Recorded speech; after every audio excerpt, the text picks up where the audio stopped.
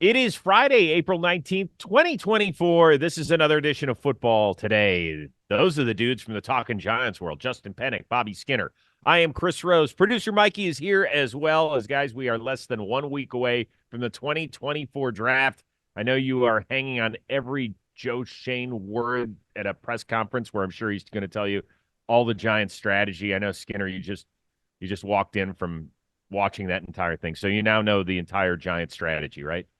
Well, the thing that I learned the most is that beat reporters can ask about a quarterback in 20 different ways. That's what I learned from that press conference. Yeah, well done. Well, that's in every city. That's not just in New York. You have to know that. Justin Penik, you actually produce this entire show. Oh, so yeah. We're gonna let you run with it. So let's go. Let's get the views up. Let's get the chat going. Let's get your comments going, and let's get it going. Justin Penik, what do you have for us today? Let's get it going. We're doing a power ranking show, Bobby Skinner. My question was going to be what teams fans are going to disagree the most? Well, that's a You know what? Let's save it for the end. Steelers. I think Steelers. They're definitely going to disagree the most. Yeah, it's always the Steelers. Yeah. 100%. But this is a power ranking show. We did it during the regular season and even the postseason too, believe it or not, with Dalton Philly. A lot of people seem to like it, so we're going to bring it on Football Today now that I'm part of the crew. Pre-draft power rankings. We'll also do post-draft power rankings too, heading into the summer.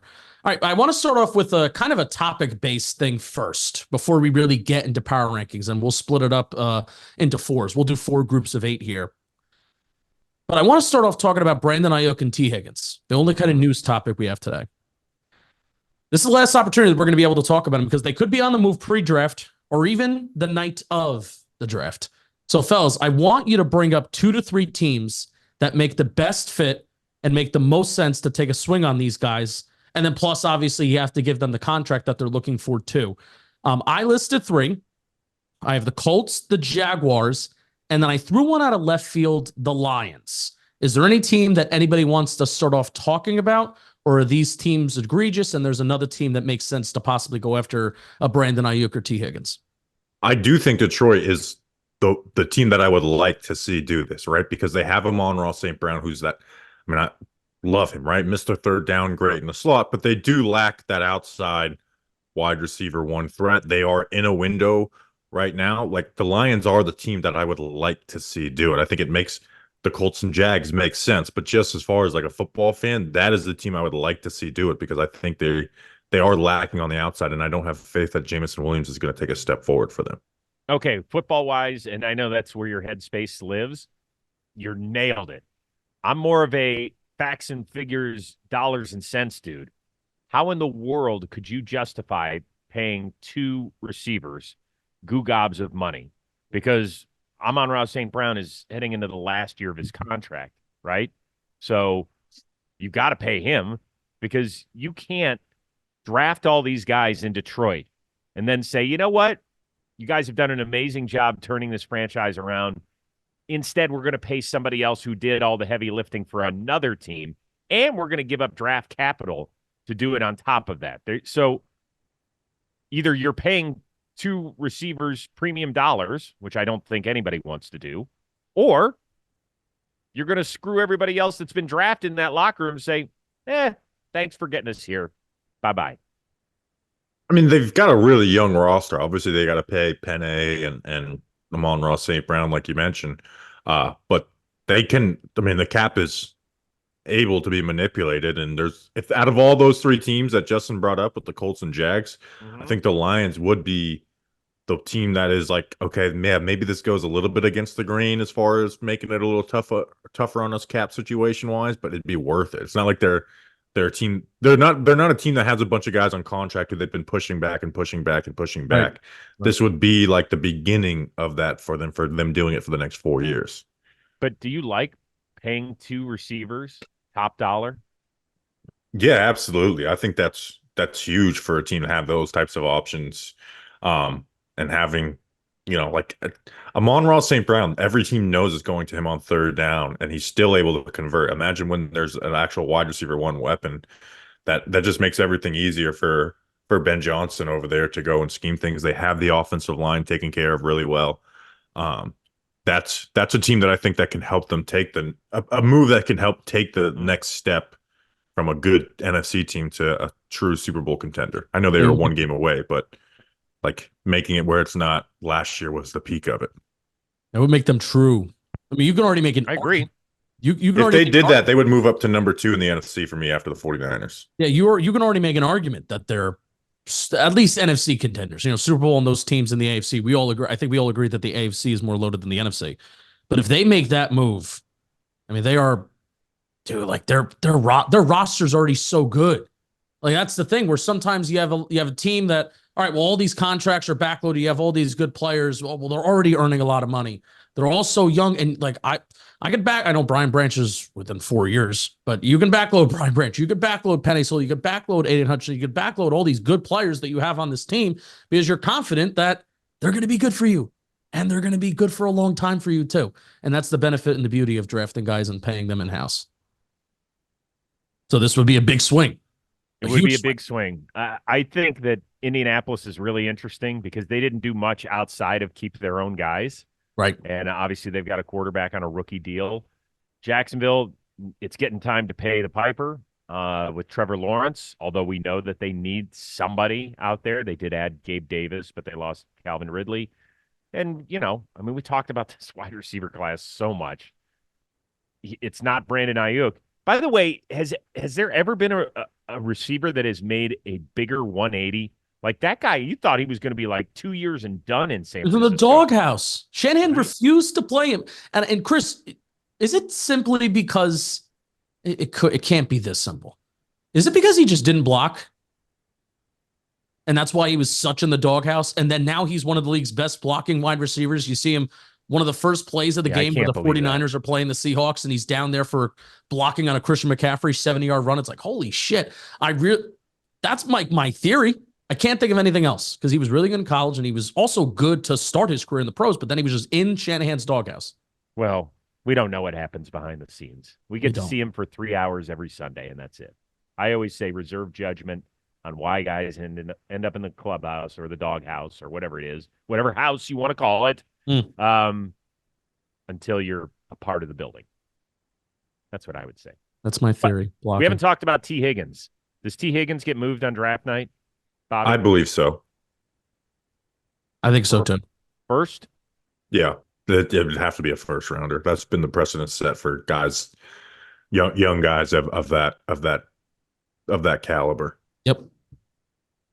Ayuk, I don't think gets traded, but Tee Higgins, everything has pointed to the Bengals not like committing to him long term.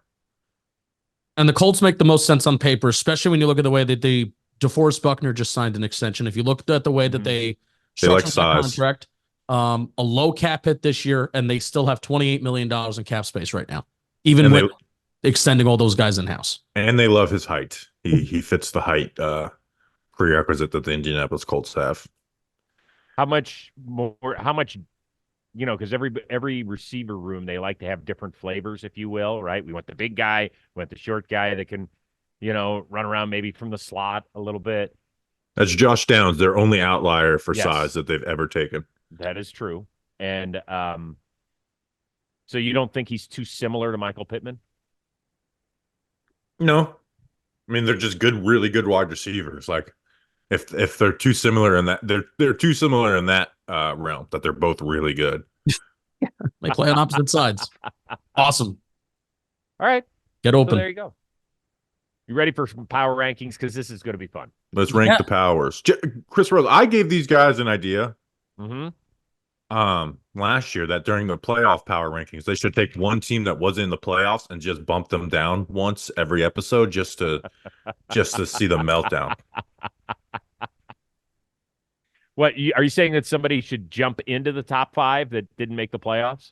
Well, no, I was saying say the Jags missed the playoffs. Say they finished the regular season at 19th in the power rankings. Oh, so every week in the rankings, drop them down like to 21, then 23, just to get people's reaction from that. It would mean they're paying attention. I love that. God, you're sinister, aren't you? Oh, very much so. Good. I love it. All right, Justin, where are we starting? We're going to start off with bottom tier, 32 to 24. Hopefully I did my math right. 32-24. You're gonna have to wait to the end to get to the top.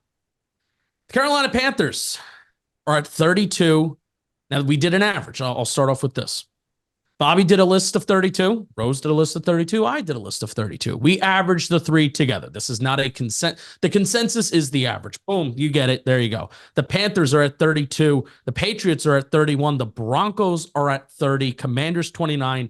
Titans at 28. We'll talk about them. Raiders 27. Giants 26. And Cardinals 25. So I guess we're going to 25, not 24. Now, how we're going to structure what teams we're going to talk about is basically we're going to highlight the biggest discrepancies that we had. And the biggest discrepancy that we had in the bottom quarter of the NFL is that Rose and I both had the Titans ranked 29th. Bobby had the Titans ranked 22nd. And this includes, Bobby, you have the Titans ahead of teams like the Cardinals, the Colts, the Steelers, the Saints, and the Giants. And I'm asking you why.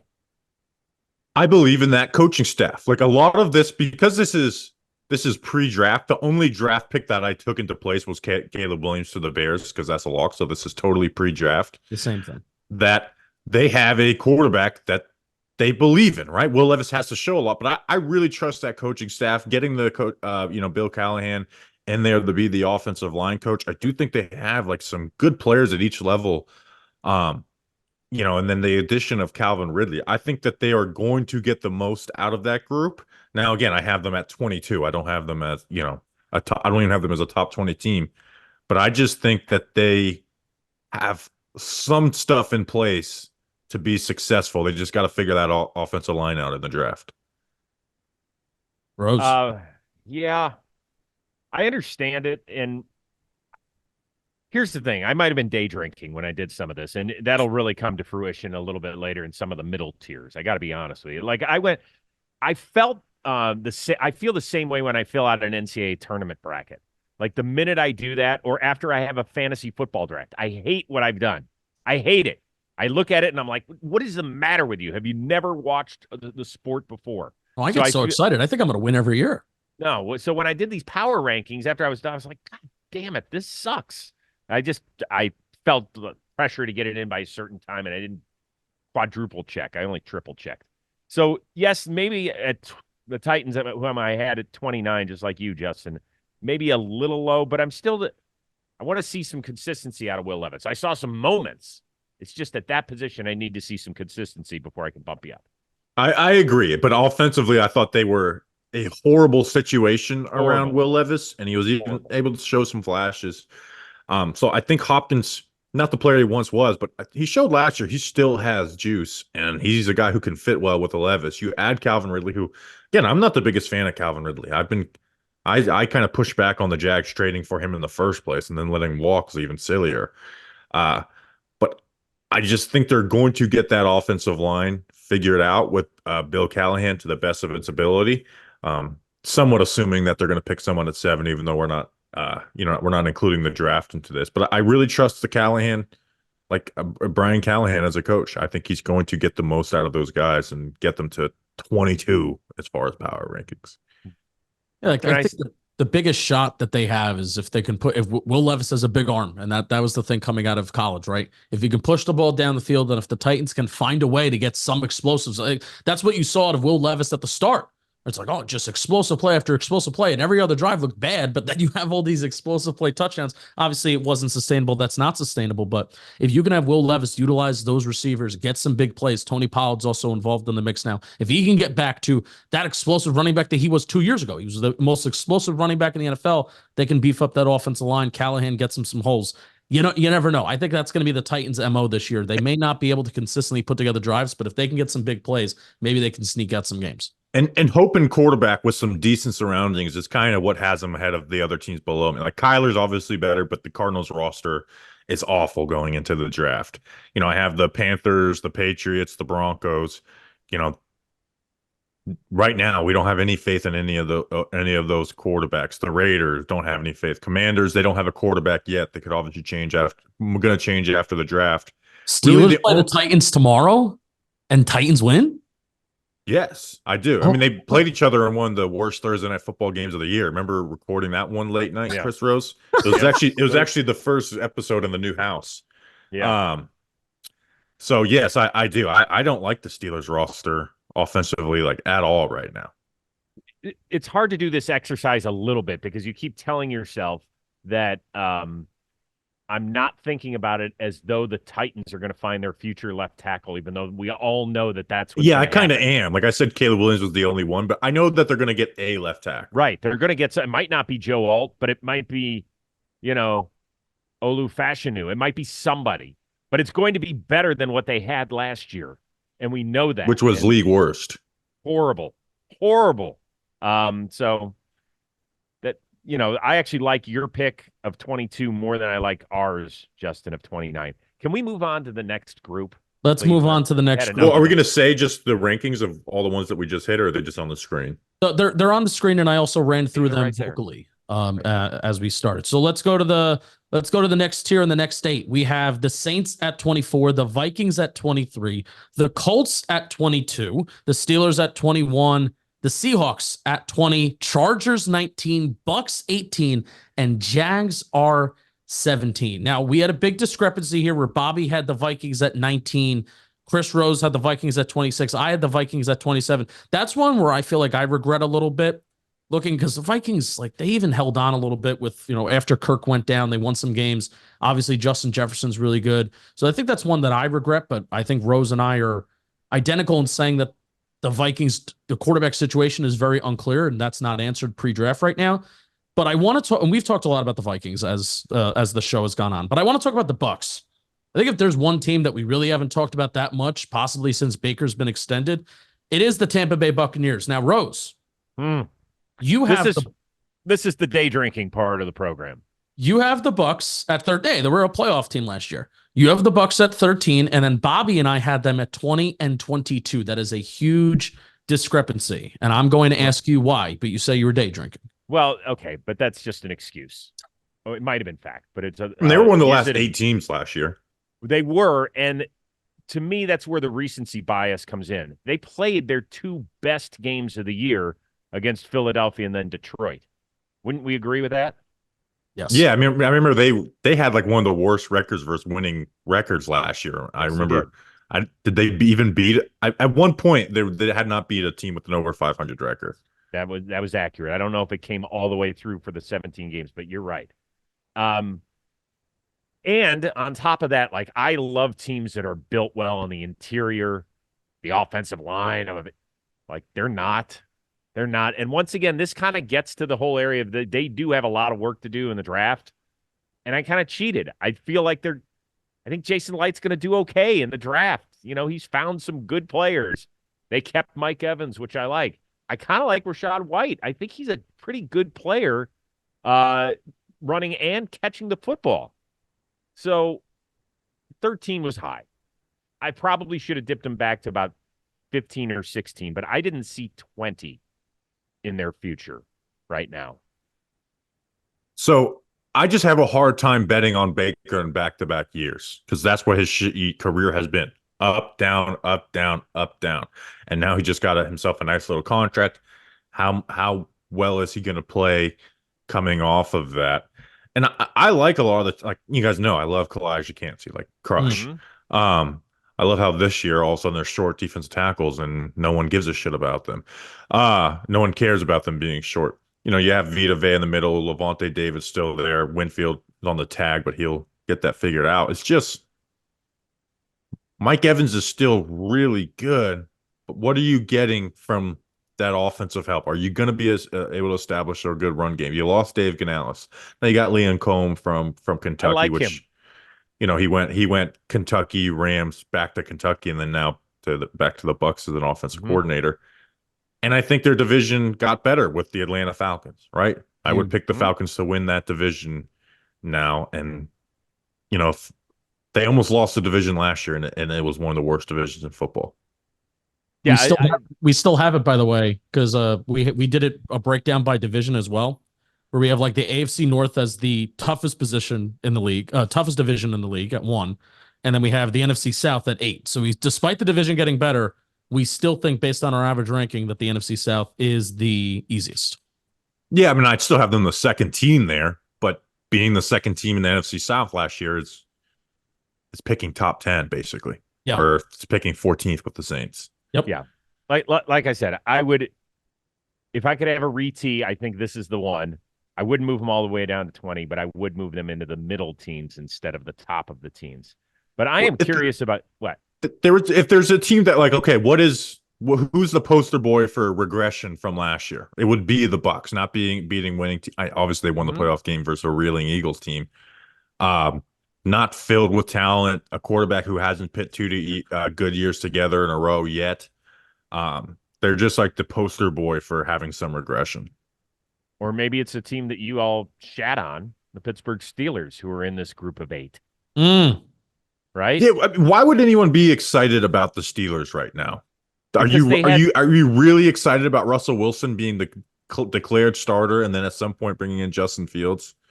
I get it, but isn't that room significantly better than what they had a year ago, where they still made the playoffs and got 10 wins? Significantly better. But I also don't understand the psychology where we've said this too. I don't understand the psychology of, you're right, like the room did get so much better. I don't think it got that much better. Well, I think that's a referendum to Kenny Pickett, not really. Yeah, I think they went from bad to below average. And that's still significantly better.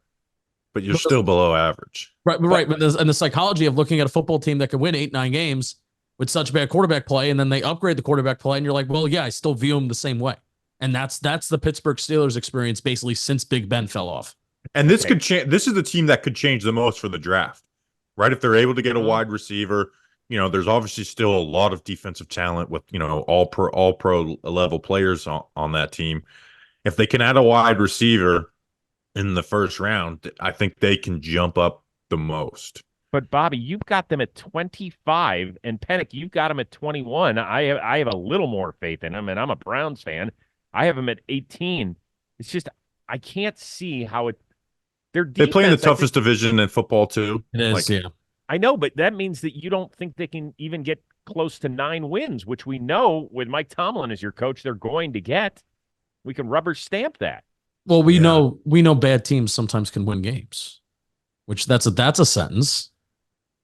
Like if there was a team that what playoff team last year did you think was the worst? With 14 teams making the playoffs, which one's the worst? I would have said going into the playoffs last year, I would have said that the Buccaneers were the worst, and then I would have had the Steelers. See, I would have said the Steelers because at least the Bucs can put together some offensive production, even though they may not be the most consistent. You just knew the Steelers were not going to score in the playoffs. And they didn't. If they can, and here's also the other. I always go back to quarterback, play caller, and play caller, quarterback, right, back and forth. If Arthur Smith is able to come in here and get back to those efficient days of, the Tennessee Titans, where Ryan Tannehill's dropping back play action, and you can get efficient quarterback play with a good run game too, and good offensive line play. Then this is a different story. They also don't have Derrick Henry like Arthur Smith had in those days either. Right. And we saw them have a really good run game in Atlanta. Like it's going to be the worst running game that Arthur Smith has had in the last 6-7 years. It's interesting. Complicated team. Yep. All right, where are we off to? Where are we off to? So the Jaguars are at 17. They were the top team in that tier. Let's move to the upper echelon. Before we do that, you guys had the Chargers a little bit higher than I did, and I'm just curious why that is pre-draft when they've gotten rid of Keenan Allen. And that roster's tough. Harbaugh and Herbert, baby. Harbaugh is going to have that team winning games. Like a lot of my stuff pre-draft is based off of coaching situations. Like you'll see with my number 2 NFC team, I think they've made huge coaching upgrades. So, I mean, Jim Harbaugh is going to have that team playing well. They have a quarterback. Like, I have so much faith that the Chargers are going to win games this year. So even if they don't add, let's say they didn't add anything in this coming draft that will help them. Let's say, God forbid, their number 5 pick or wherever they end up picking in the first round lays an egg or gets hurt, whatever it is, and they just don't get any sort of content and productivity from their draft picks. You think that they can be an 8 or 9 win team with the roster because of their coach and their quarterback and their quarterback. Their quarterback was there when they were losing games last year before he got hurt. But he was there when they were winning games the 3 years, 2 years before. And Brandon, They were right around that With range a where better they roster. arguably kept Brandon Staley an injured job. roster with a bad coach in Brandon Staley. Yeah. Like the one team that's been able to like consistently challenge the Chiefs has been the Chargers. Seems like every game for 4 years was decided by 3 points until this last season. I mean, when you have a quarterback and coach combination like that, and again, we're saying 17. We didn't put them in the top 10. If they have if they trade back and get pick 11 and 23, I might be putting them in the top 12. Right. And I think they could shoot up significantly on my power rankings chart. Yeah. The only thing is that you are saying that they are fighting for a playoff spot in week 18 with your ranking. Yeah. Now. Now I have them out because I have them at 17, but it's also in the AFC. So I have the Browns, I probably have 7 teams in the AFC ahead of them, right? With the Chiefs, what's going on here? The Chiefs, the Bengals, the Ravens, the Jets, the Bills, Texans, Browns, and Dolphins. So, I mean, I have 8 AFC teams ahead of them. Okay. Sorry, Justin. Didn't mean to interrupt. I was No. I'm actually really glad you brought up the Chargers. One of the reasons why I didn't write them down. Yeah, we're going through this fast, so we can spend some more time on these. One of the reasons why I didn't write them down initially is because it's like the draft is going to be so huge for the Chargers. And Chris, one of the we had an idea for an episode of which teams need to knock the draft out of the park the most, and you can make an argument that the Chargers need it because their roster needs it. They need receivers. I feel like they need offensive linemen. I feel like linebacker, they need interior linebacker as well. There's so many different spots that they need, and they have the potential with pick 5. If they can get a haul, then you're adding draft capital, you're adding more lottery tickets and more bullets that you can shoot to hit on some top players. And that would be really fun. In our mock draft exercise that we did, the Chargers won the draft, and that was just only through 2 rounds. So I'm excited to see what they do. I agree. Just Herbert and Harbaugh is gonna keep him in the mix, even if the roster is not that great. Like that run game's guaranteed to be good. They signed J.K. Dobbins. Since we last talked. Call me when you play more than 8 games in a year. Guaranteed for the run game to be good this year with the Chargers. Yeah. All right. Well, let's move on, shall we? And this is one that I want to spend a good amount of time on because I'm gonna lump kind of 4 teams together. So the Jaguars are at 17. We have the Bears. Hello, the Chicago Bears at 16. We have the Falcons at 15, the Dolphins at 14, the Browns at 13, Chris Rose's Cleveland Browns. The Jets are at 12, the Packers are at 11, the Cowboys at 10, Rams at 9, and the Bengals are at 8. Fellas, I want to lump these 4 teams in together. Lump. The Falcons, the Bears, the Jaguars, and the Chargers. Well, we already talked about the Chargers. They're all ranked 15th to 18th, respectively. I feel like this is an interesting group of teams. Let's break it up by conference. Bears versus Falcons and Jaguars versus Chargers. If these 2 teams play each other tomorrow, and the Bears with Caleb Williams, who wins? And that's how I like to think of power rankings, by the way. If I'm debating on a team, I'm like, well, if they play tomorrow, who wins? And then that's who gets the nod. I would pick the Falcons in the NFC, and that goes according to my rankings too. And then I would take the Chargers over the Jags. In one game, maybe over a full season it's different, but in one game, I am expecting the Chargers to be more prepared, which has been the opposite of what they've been the last 3 years, than the Jags. Yeah. NFC is an easier selection for me. As fascinating as I think Caleb Williams is, Kirk Cousins, I know he's coming off the Achilles in his mid-30s. He was playing the best football of his career. And so I will take the guy who has, played playoff games at the NFL level over the guy who would start his first game against said Falcons. So that's why I would do that. I know it's not a real fun answer, but that's what I'm going with. Yeah, I feel like a lot of people are down on the Jags. It's weird, right? Because it feels like they missed an opportunity a season ago. Like, if you were to have said, okay, who's definitely winning their division? Definitely winning their division. Yeah. Well, we were going to rubber stamp the Chiefs because they always win their division. Always. And then you might have said the Niners, most likely.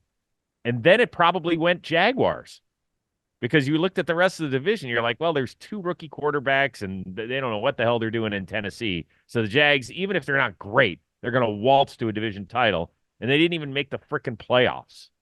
So we're all down on them big time. And I don't think it's necessarily because of Doug Peterson, and maybe it's because of Trent Baalke, and perhaps it was a bit because of the injury to their quarterback. And that's why I think they're so Trevor Lawrence reliant. Yeah. It does feel that way. But it shouldn't be because they do have some talent on that team, Bobby. But I feel like the wide receiver trio of Ridley, Kirk, and Zay Jones, Trevor Lawrence makes those guys all look a step above what they actually are. So it feels like it's a decent wide receiver trio when you have a great quarterback. If you put a bad quarterback, no one's talking about it. It's like, oh, that's a good little wide receiver. Like, he can get the most out of them. He can, and Doug Peterson does a good job using, Evan Ingram as their tight end.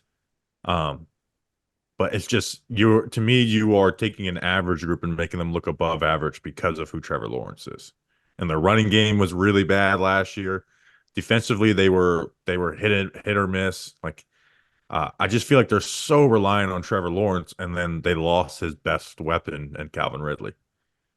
Talent-wise, if you were to go ahead, Justin. No, I'll tell you what it comes down to for me. I'm not going to act like I understand the Jacksonville Jaguars roster like the back of my hand. Like, obviously, Josh Allen is homegrown talent. Devin Lloyd's a homegrown talent. Haven't really checked on him. Trayvon Walker had a much better second year, but those are early first-round picks. So, yeah, hit on those. You look up and down the team, but especially on the offensive side of the ball, impact skill position players, even on the offensive line. Like, where is the impact player that they drafted? Where's the impact player that is homegrown?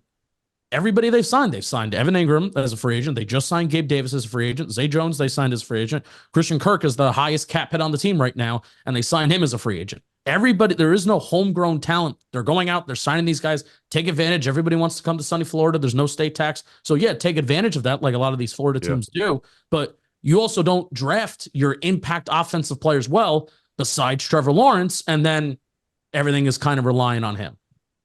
And they drafted Brenton Strange last year in the second round, who's a second, third stringer for them. We talked about them a couple weeks ago. I don't remember in what context, but they are just so average at essentially every spot of the depth chart outside quarterback, and then you have Josh Allen as a pass rusher. Well, so part of your exercise there, Justin, is the fact. Remember when they spent gobs of money in free agency? Yeah, they signed all the mid players that they possibly could to right. And in a way, that season, like Evan Ingram and Christian Kirk's contracts are pretty high for the tip. Kirk's probably looks better now because of the way the cap's gone up, but at the time of those signings, those are pretty big contracts for those types of players. But what year did the Jags look the best? They looked the best the year as soon as after they did that, and the year before Calvin Ridley, that's when they looked their best in 2022. Yeah. I don't know. I think they beat the Chargers right now. If I answer this question in 10 days, it's probably a different answer. I believe in Harbaugh and Ortiz. I think that group will add significantly. But I had them ranked very, very closely. So I would give it depends. Where are we playing this game, by the way? Do we know? Because obviously, London. Are we playing in London? Aren't they both? Isn't everything a neutral field technically? London, LA, or Jacksonville? Great point. Who has the home field advantage? The Jags and London. The attendance for a Chargers-Jags game would be so bad.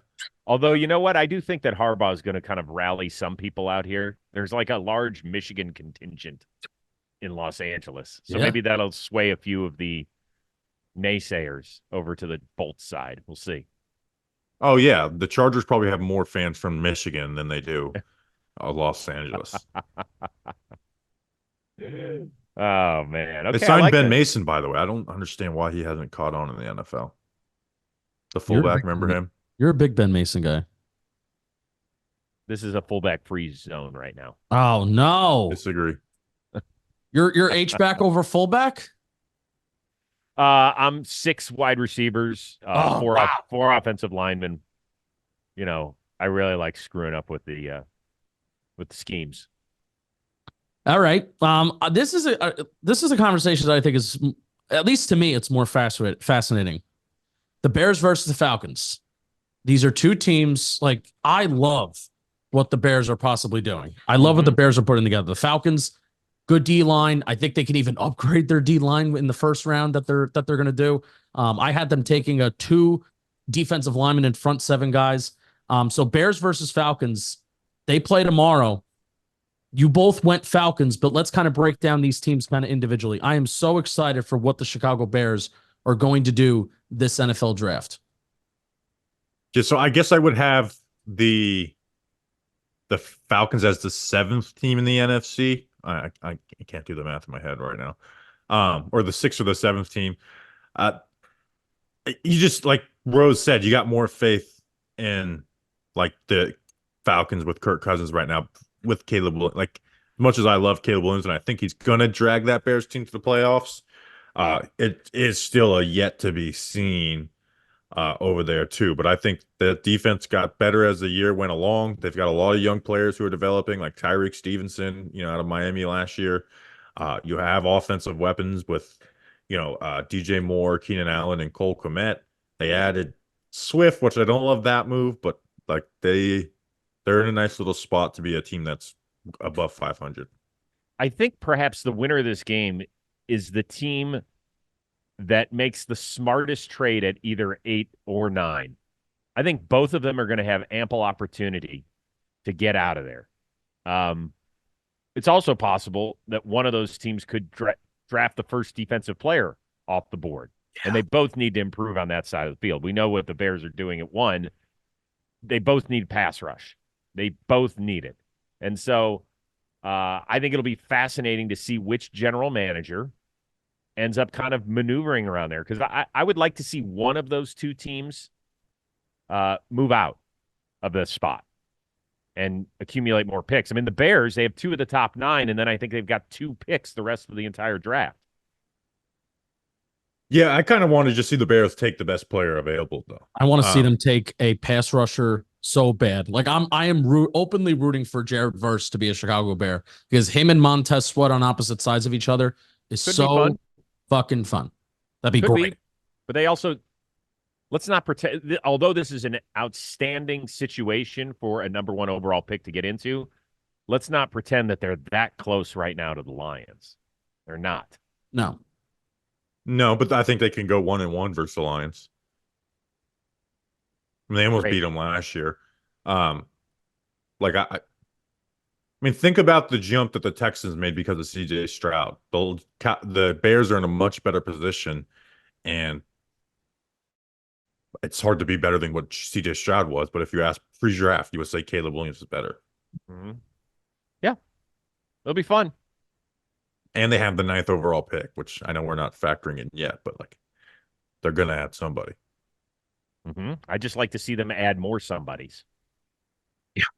More. Yeah, but they had all those 2nd-round picks last year, using 2nd-round picks, and like they've had a lot of picks. I would like them to just go best player available at this point. Okay, you can do that, fellas. We're gonna move wide receiver, Odunze or edge. I'm going edge. I'm going edge too. Yeah, but I mean, they've got 2 pretty good receivers right now, and we can always find somebody else somewhere. Maybe not this draft, somewhere down the road. All right, fellas, you want to move to the top 8? Let's do it. List. Well, did we hit anything on like the 9 to 12? Well, I had the Browns at 9. I know why you guys have them where you have them. Bobby's got them at 16, and Penik's got them at 13, and it's all because of the quarterback. Yeah, and it's going to be hard to replicate that defense 2 years in a row. Like some of the magic that they were able to pull off, like they'll be really good, but that defense was like legit carrying them. Now, offensively, can you not have the most turnovers in the league like you did last year? So there's some middle ground to be met there, but I'm not trusting that they're going to have good quarterback play until I see it. That's fair. It really is. That's fair. I understand all of it. I understand the skepticism. The guy's made 12 starts in 2 years with the Browns and had two what I would classify as good to excellent starts, one against Tennessee and one against Baltimore. And other than that, he's been average in some and below average in far too many. So I Yeah. get it. I understand all of that. I understand all. If how much do you move them up if he gets back to Pro Bowl form? Oh, if he gets back to his form, I mean, I think they're right up there with, the Bills and Texans. Like they're a top 10 team. It's Penik? just it's so not gonna happen though. And I But hate you to don't see know that. that. I mean, you can't say I it's not going know. to happen I because know. we I don't know know. what's Though going to happen. if he gets back to their form, then they're contenders in the AFC. 100%. Yep. Maybe that was just my wishful thinking of Mm. putting him at 9 No, because they you do got have a it. lot of talent elsewhere. It's been weird. They've used these last two drafts almost like red shirt years for guys. It's been very strange when you're a Cleveland fan saying, well, the draft used to be our Super Bowl. Now it's not. Dwan Jones, right tackle, right? No, it'll be Conklin. He's coming back from a major injury, but so's DeJuan Jones. Their three tackles are all coming back from major injuries. That's the other thing is that every team is going to have injuries. This team was battered all over the place. Yeah, and It they battled through it. started week 1 with Conklin going down. It went to week 2 with Chubb being lost for the year and just continued all the way through. All the way through. That's why I think that they could be a top 10 team. I don't have them far from it. All right, let's move to the top end. The warehouse is rattling. The warehouse is shaking with Captain's League Blitzball stuff. Oh God. Yeah, it's shaking here. So top 8, we have the Bills at 7, the Eagles at 6, the Texans at 5, the Lions at 4, the Ravens at 3, 49ers 2, and your Super Bowl champs on top, the Kansas City Chiefs. Now, fellas, where I want to begin, the Philadelphia Eagles. Because, man, you look at their roster, it is loaded. Loaded. No Jason Kelce retired. Sure, they have some interior questions, maybe. But I love their offensive line, both sides. I think their edge rusher room and their D-line is one of the deepest, maybe even ever. Rose, you had them at 12. Bobby had them at 4. I have them at 5. Rose, why do you have them so low? I am worried about makeup. And I know that we said earlier that you don't know until you're in the building. But they just got rid of 2 guys. One guy's certainly ending up in Canton, Ohio, and Jason Kelce, and Fletcher Cox being the other, who's a damn good football player and a guy who would keep shit in line. And I'm telling you guys, funny stuff happens when you get rid of not only great players, but amazing people and leaders. Sirianni's a guy who's all over the place. I mean, he is as emotional a coach as we've got in this league. It feels like at least 3 times a year he wants to go into the crowd and fight somebody. And I think you need a locker room that can galvanize itself sometimes and be like, yo, coach a little effed up today. Like, he's all over the place. Can we get our shit going in the right direction? I think that not only as players, but as guys who can keep it together, I'm worried about them. I am legit worried about them. So I have them going back to the number 2 team in the NFC. They do have that talent, and I think that's a good point that I didn't think about with like the leadership lost and Kelce and Fletcher Cox, and that actually does mean something. But their coordinators were so bad last year. Horrible. Like Brian Johnson, maybe like there's bad offensive coordinators because like their scheme doesn't maximize players. His was just like unbelievable. Like, why is there no answer for the blitz? Why is when the blitz comes, there's nowhere to throw the ball They to? had no quick game. I couldn't believe it. They had zero semblance of any quick game. And so last year, like people look at Jalen Hurts and like, I was like, Jalen Hurts he's not playing as well as the year he did before because he played damn near perfect. But like the year before, they were a team that like, we have answers for everything, right? You do this, this is what we're doing, and then they turned into the exact opposite offensively, and then defensively. I mean, Sean Desai stunk. And then Matt Patricia was even worse. Like Matt Right. Patricia, I was like, what are you doing? Why are you running a 51, have Nolan Smith at middle linebacker with these corners in man coverage? And then you have Vic Fangio, who, it could be arguably the best defensive coordinator in the NFL, who's, influenced so many other guys, but they're not able to do it the way that he does. So I think with that talent and the huge upgrades that I'm not going to be a Kellen Moore fan, but it's just getting off of Brian Johnson. Like I think they've made serious upgrades coaching wise with a team that still has a ton of talent. And you had Saquon, like they've added some players too. That's a great point about really, because I thought about coaching and I thought about Sirianni and it's kind of that the whole instability when making it. But I love the roster so much, and I hate that I'm saying this as a Giants fan. But for years, I've just been jealous about what they've been able to do up front on the defense side of the ball. They weren't able to get to the quarterback at the same rate that they did the previous year. Well, they did it better than any other team in NFL history the year in 2022. But I love what they do up front. And I think that's where it starts in the NFL. It starts with that O-line, and it starts with the D-line. But if they can get some quick game back in this offense, I think they still need a slot receiver on the Eagles. So I think that's a question that maybe they can answer in the draft that I think they do have to answer.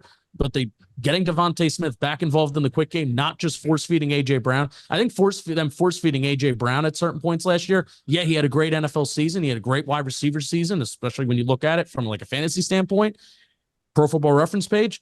But I think forcing him the ball hurt the offense overall. 100%. I think it did because there wasn't a lot of other options. So I just love that roster so much, man. They're so good on paper. Yeah, listen, I could get bit on this one easily. I think it's way easier to look at it the way you two are looking at it because there is so much talent there. Man, oh man. I don't like rooting against Sirianni because he's actually kind of fun. He's so different than every other coach in the NFL that he's kind of and quirky. He's fun to watch. He's weird. Like there's times he pops up on the screen. And you're like, dude, did they just get this guy from section 133 at the link and just let him coach today? Like make somebody's dream come true? But I don't know. Let's mark the tape, as we like to say in the old time business. Mark the tape here, just in case things go sideways and they're like a 9-win team at the end of the year, just in case. And watch. Congratulations, Eagles. You're 14-3 because that's what I said. All right, Bobby. We're going to put the spotlight on you because Rose and I have the Lions at 3. Talked about them a little bit earlier on why it makes sense for them to maybe take a big swing on one of those receivers, Ayuk, but probably Tee Higgins is more likely. Rose and I had the Lions at 3. You had the Lions down at 9, and that's why the average is at 5. So, Bobby, floor is yours. So here's where it comes down to is the 49ers are my number 1 in the NFC. That was easy. I do think the Eagles get back to their form, and I have them as number 2. And so then it's between the Rams and the Lions for 3 and 4. We know the Lions beat them in the playoffs, but that was a really tight game, down to the end. And like I kind of like what the Rams have done from the free, like adding Jonah Jackson and Kevin Dotson, or re-signing Kevin Dotson, but adding Jonah Jackson to that offensive line. You move Steve Avila to center, and they just have so many young guys that could take another step forward. The Kobe Turner, Byron Young. They added Tre'Davious White and Cam Curl in the secondary. So with them having their first round pick since Jared Goff, I think Sean McVay still might be the best coach in the NFL. And then the quarterback, right? Like through the top 4 teams that I have, which is the Lions, the Rams, the Eagles, and the 49ers. Which quarterback are you picking? I understand. Matthew Stafford, right? And I'm not even. I've been a little bit of a Stafford detractor over the years. I think some of his bad play got overlooked because it was in Detroit. But you have Stafford, and then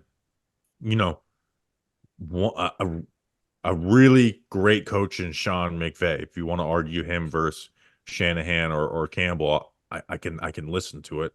I just think they are gonna figure it out and be the number 3 team in the NFC. Well, between the Rams and Lions, and I don't have the Rams that much further down. I had them at 7. Between the Rams and the Lions, only one of them lost arguably the greatest player at his position in the offseason. and it was not the Detroit Lions. I get that. That's, once again, we don't know exactly what that means on a defense. As spectacular as Aaron Donald has been, you don't watch him every play. You tend to, because half the times he's throwing one or two 300-pounders off to the side. But still, you don't appreciate him until he's not there. So I think we have to see how that's going to play out. Yeah. But I love everything about the Detroit Lions, including the way they've kind of wrapped their arms around Jared Goff. He is not ever going to be a guy who you're like, I've got to have Jared Goff on my team. But I think with all the talent that's around him, he's definitely good enough to win a lot of games.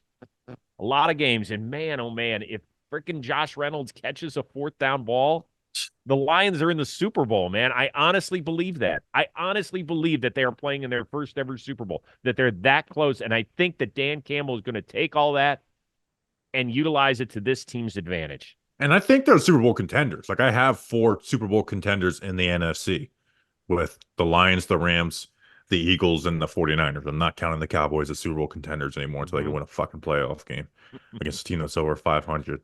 So, like, I do have, again, you talked about picks that you maybe go back and look at. The Lions may be that for me because they're only getting better, but it's hard to get back, and especially when you don't have like the consistency of elite quarterback play, which is no knock on Goff, but he's just not that. It's hard to stay consistently in those last 4 teams that make it to the conference championship every year. I'm gonna check and see where Jared Goff was in a EPA per play and CPOE composite this year. I want to check that. But like, let's go through the NFC quarterbacks, right? Stafford's probably one, or at least like for the teams that we put in the playoffs. So, like for me, so the 7 teams I have in the playoffs for the are 49ers, Eagles, Rams, Lions, Cowboys, Falcons, Bears. Those are my 7. I would go Stafford 1, Hurts 2, Kirk 3.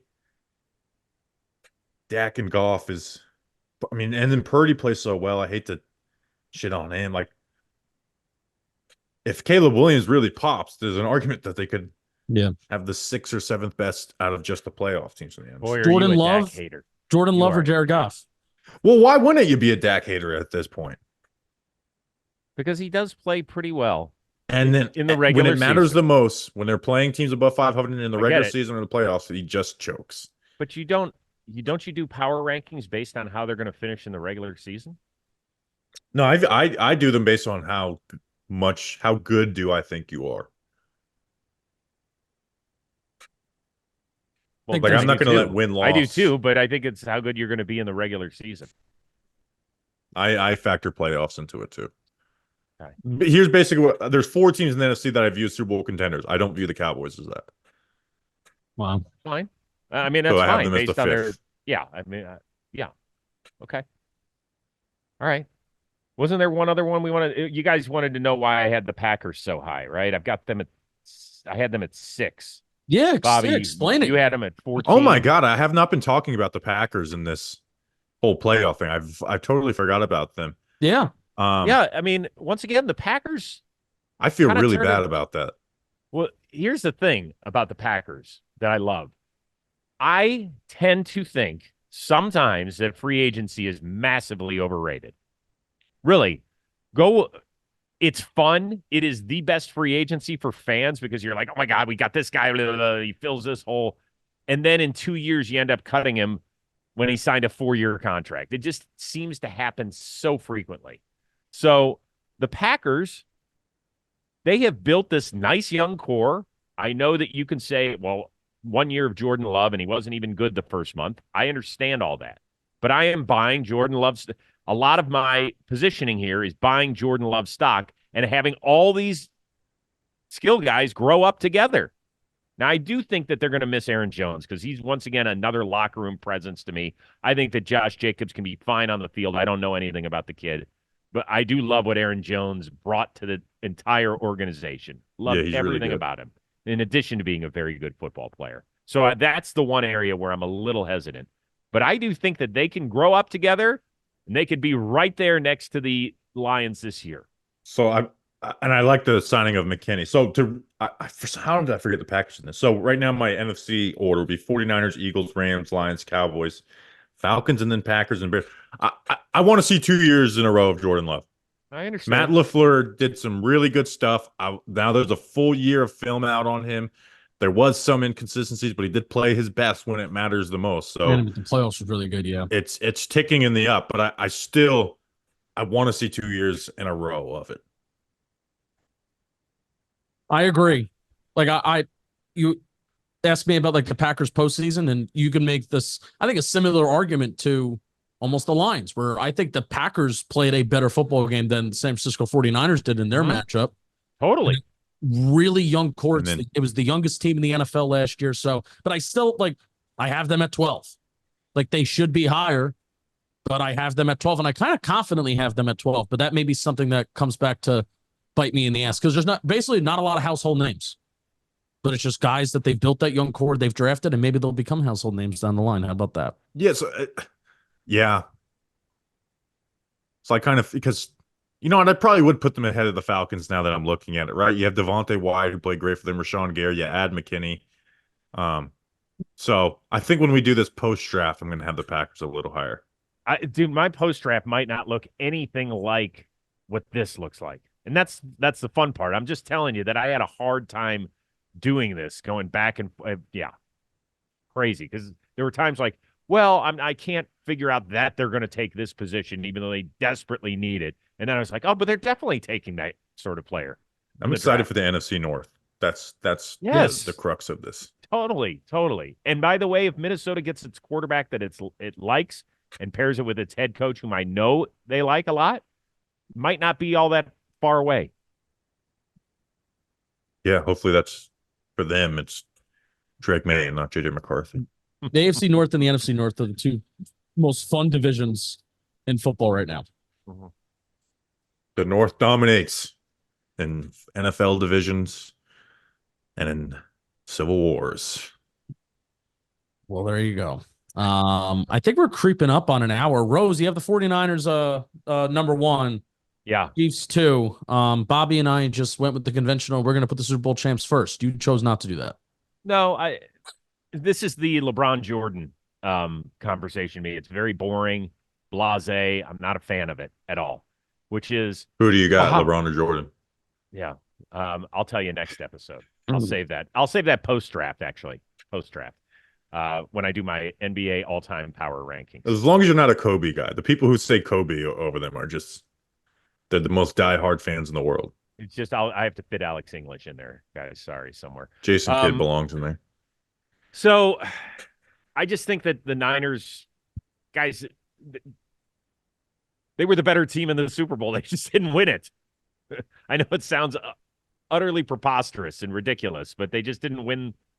They didn't win the game in extra time, and that's what happened. And they got Mahomes, and it's fine. I don't have a problem with it. Like, we still have questions about Kansas City's tackle situation and some other thing. They just traded away an outstanding cornerback as well. And I know the Niners lost some players, but I believe in their system a ton. And I believe in their coaching. All right, let's keep this under an hour. Wrap it up, Rose. Wrap it up, Rose. That's what we call them. Okay, that's what I'm brought in for. This was fun. We'll do one again post-draft. Next week, we're going to do a mock draft again, a first round, although we are making different selections than we made the first time. So you can yell at different people this time because we butchered your team's draft. Smocking and mocking. So for our amazing producer, Mikey, and the two dudes from the Talking Giants, we're Bobby Skinner and Justin Penik. I am Chris Rose. We will see you on Tuesday here on Football Today.